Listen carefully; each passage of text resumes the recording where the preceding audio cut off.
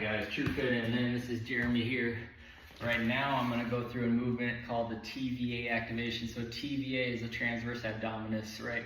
It's one of the main front plate core muscles here. It's very deep, all right? Its main primary job is to kind of maintain the connection of the posture of the rib cage with the front of the hip structure, all right? So we talk about muscle groups that have a lot to do with you maintaining an opposition to the low back muscles, right? And they really provide the shielding or the basis for not letting your lower back and your lower spine become degenerative, right? And having a really terrible lower back posture.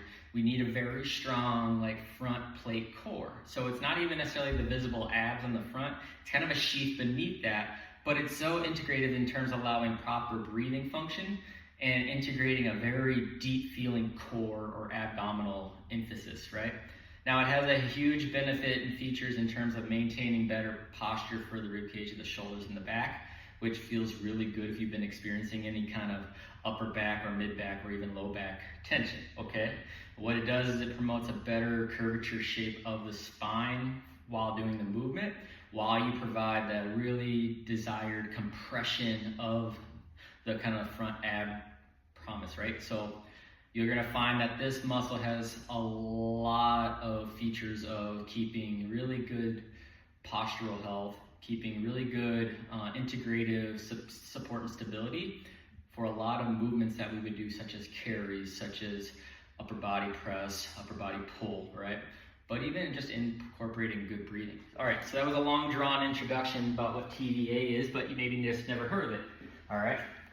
Now, the setup, I like to try to keep it, pretty easy. And so, at least to start with, I like to encourage people to set up where they just find a floor and they kind of come along a wall in a place where we could get the lower back nice and flat. We could have the knees about 90 to 100 degrees relative to the hip here. So almost like straight up, and then have those heels against the wall at 90 degrees as well. Okay, and then what I want to do is use a foam roller, and I'm going to kind of brace it right at the top of the thigh, and I'm going to take the pinky edge side of my palm, kind of like a karate chop, and I'm going to squeeze that right on the front side of the foam roller. So what I'm doing is I'm going to be trying to push downward into that foam roller against my thigh, and all of that is anchored against the wall. And what you're going to notice is it gets my back in a nice healthy position to be flat right here. All right, and then I got the elbows kind of resting right along my lower rib cage. All right, so I'm kind of in a nice little tight package here, and what I want to do is take a little inhale, and then as I start to exhale, I want to go out my mouth and feel like I'm breathing right over the foam roller, so it's kind of directed and pressured. And then as I'm breathing out, I want you to feel like you're putting that breath to anchor down the lower ribs right through your belly button or even through your hips, okay? So we want to provide a little bit of compression with your breath. And so as you breathe out over 5 seconds, you're going to feel that lower ab region, the rib cage at the lower end there, and some of these side abs on each side are going to really compress down and draw downward towards your spine. And what that may do is may create a little bit of tension in the lower back right along the sides and the back side of the rib cage, okay? And if that happens, that's a good indicator that we're not getting a lot of expansion on your breaths to your back side of your rib cage, right? And that may be further showing an overdominance of those erector muscles along your back.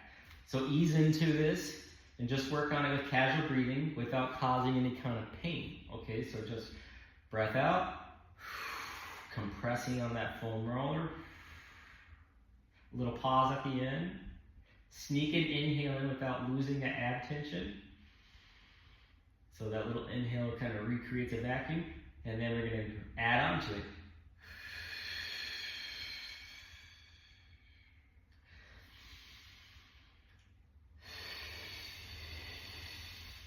And so every time I'm doing that breath out, I'm adding more and more pressure through the side of that palm, and I feel that ab area, like the lower ribs and abs, really pressing into the floor and down into the hips, right?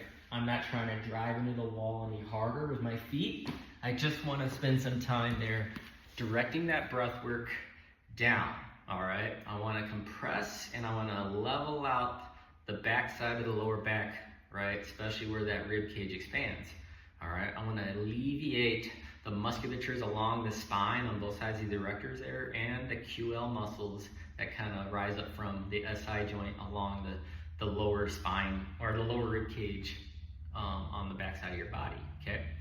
You take away the tension on the back and you add compression on the front, and now you build a very balanced postural tension tone, okay? So you have a stronger anterior side of the trunk and you're relieving some of the over dominance and over tension stress on that lower back.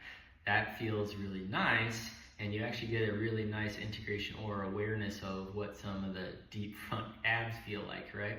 And so that can make you feel very nice. And then ultimately, we're incorporating really good breathing habits here by focusing on that longer breath out, a little pause at the end, and then just a gentle inhale while keeping a little bit of that ab tension right here, okay? So those are the big important aspects, but that's the TVA hold breath work.